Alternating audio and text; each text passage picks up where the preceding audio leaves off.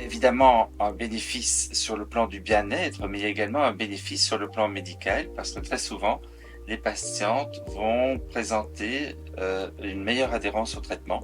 Et donc finalement, ils sont mieux soignés, ils ont potentiellement des meilleurs résultats grâce au fait qu'ils font mieux face, ils acceptent mieux les traitements et les effets secondaires de ces traitements.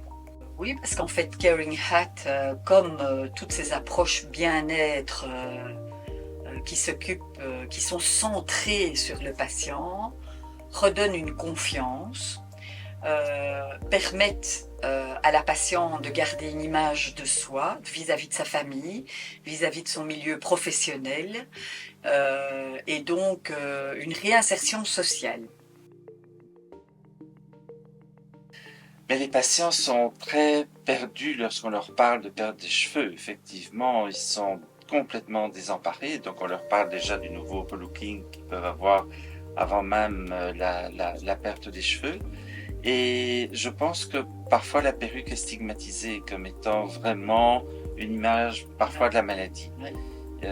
Et donc beaucoup de patientes ont peur de mettre une perruque et s'ouvrent vers les foulards. Et quelque part, les foulards, c'est quand même régulièrement aussi pour masquer une perte des cheveux, alors que les chapeaux ne sont pas du tout associés à cette dimension-là.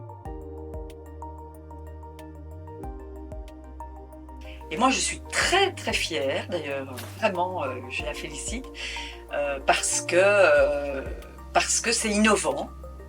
Ça veut dire qu'on va pouvoir proposer d'autres choses aux patientes et que ce ne sera pas dans le contexte d'un privilège. Et donc, ça va permettre d'être accessible à tous